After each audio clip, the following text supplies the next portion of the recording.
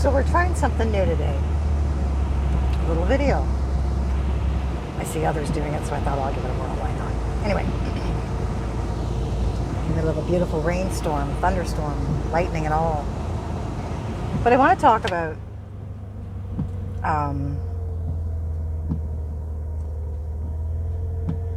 this country and what I see happening here. And you know, there's been atrocities happening in this country for a very long time. And there's no excusing them. And there are people that need to account for them, atone for them, and admit that they happened. But celebrating Canada Day, and while I don't necessarily celebrate the people who govern this country and all the rules and regulations and certainly the things that are happening now, I don't celebrate any of that. We're in the middle of a communist takeover here. Our dictator, Trudeau, there admires the dictatorship concept and therefore is attempting to do that here with us. But I digress. That's a whole other call. But in the meantime, Canada Day is Thursday. And what I celebrate is this beautiful landscape, this country. Absolutely breathtaking. It's spectacular. We have mountains and rivers and beautiful lakes and tons of lakes. Pure water, which means there's no reason for our First Nations people to be going without pure water. So, like really, it's their water first, and that's my point. They were here first. And while they had a most incredible playground that, was going to draw people to it, it's how those people came in and decided they were going to take it over that is not acceptable.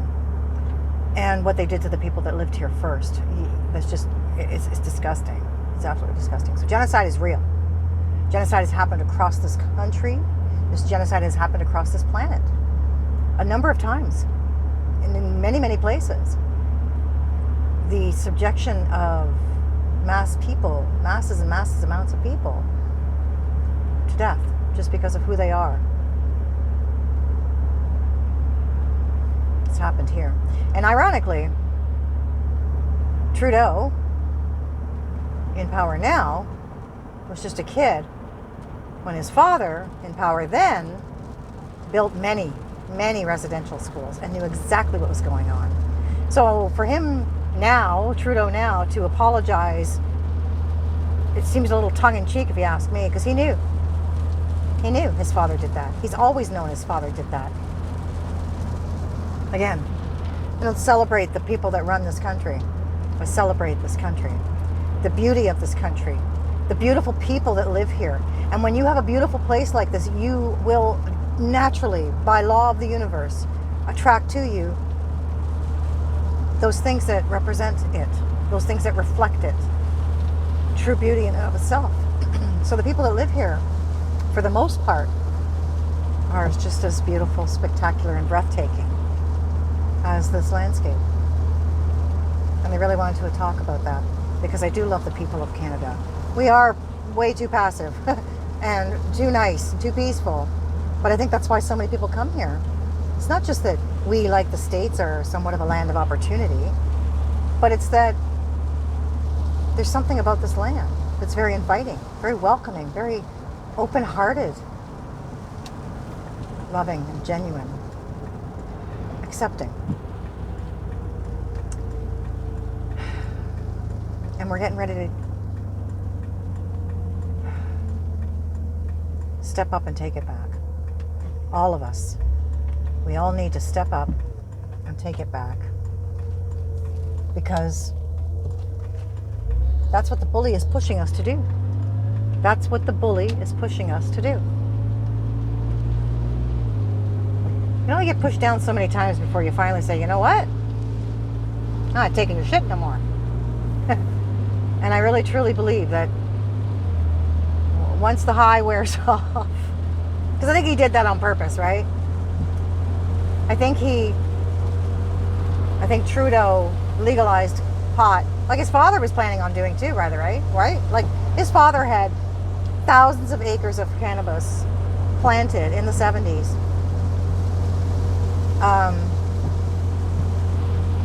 Because he knew, first of all, it was a great way to kill the deficit. But second, he also knew that if you got everybody stoned enough and got them all high all the time, then more than likely you couldn't get off the fucking couch to do anything if they tried to take over. And Trudeau, Pierre Elliott, that is, ruled this country apparently for 16 years on emergency measures. When he finally stepped down, legislation went into place that would not allow that ever to happen again, from what I understand. That the door was closed, nailed shut, and then welded, so that no other prime minister could ever do what he did again. And his son is trying it now. That's okay.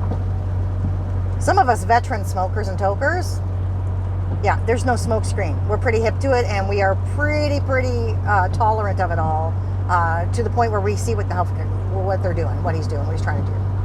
So that. But I remember, years and years ago when I used to work in the bars in Toronto, I remember coming across an Air Force pilot, trainer pilot, who routinely trained soldiers or pilots, Air Force pilots, to go on their training rather, and going from like provinces across provinces to other provinces and then back again. So from one side of Canada to the other and back. Stopping intermittently. But one of the things he said to me was he always loved the inaugural runs of some of these pilots, because they would fly over a specific area intentionally that was absolutely just acres and acres and acres and acres and acres of pot planted by Trudeau. And every single time he said, we would always, me and the guys who already knew, would place bets on how long it would take them to figure out what it is they were seeing, or how long, it would take them to realize, what was going on, all of that stuff. So they would have these little bets, side bets, on these inaugural flights for the pilots to see how many of them actually recognized what was going on there. And that, of course, you were sworn to secrecy. Right? Anyway, but that's, again, 30 some odd years ago. We're talking 35 years ago that I learned that. We're not too stoned. We're not too high.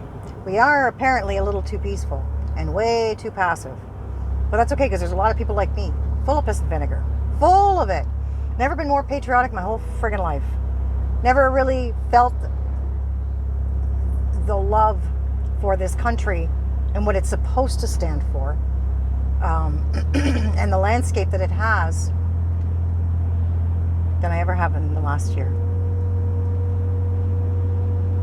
I have flags flying in my yard. I always have had flags for the last few years, especially since we've owned our home. But this time we have two big flags and 3 small flags. And the 3 small flags are all flying upside down. The flags are all upside down. On purpose, of course. Signaling that we are in distress. This country is in distress. This country is having some troubles. We need some help. And we could use some outside help for that matter. So, there we are. I celebrate Canada. I celebrate the beautiful people. This land has always been on this planet. It's not like it's new here. The First Nations were the first ones to settle it here, in this country, of course, and then the colonists showed up. And if you don't think that colonization is being attempted right now by our government, you're sadly mistaken. We need to wake up, people. It's time. So this celebration of Canada Day has nothing to do with the horrible atrocities, but it has to do with the celebrating of the healing that this place can and does represent. That the safety, security, and the freedom, ultimately, that is being,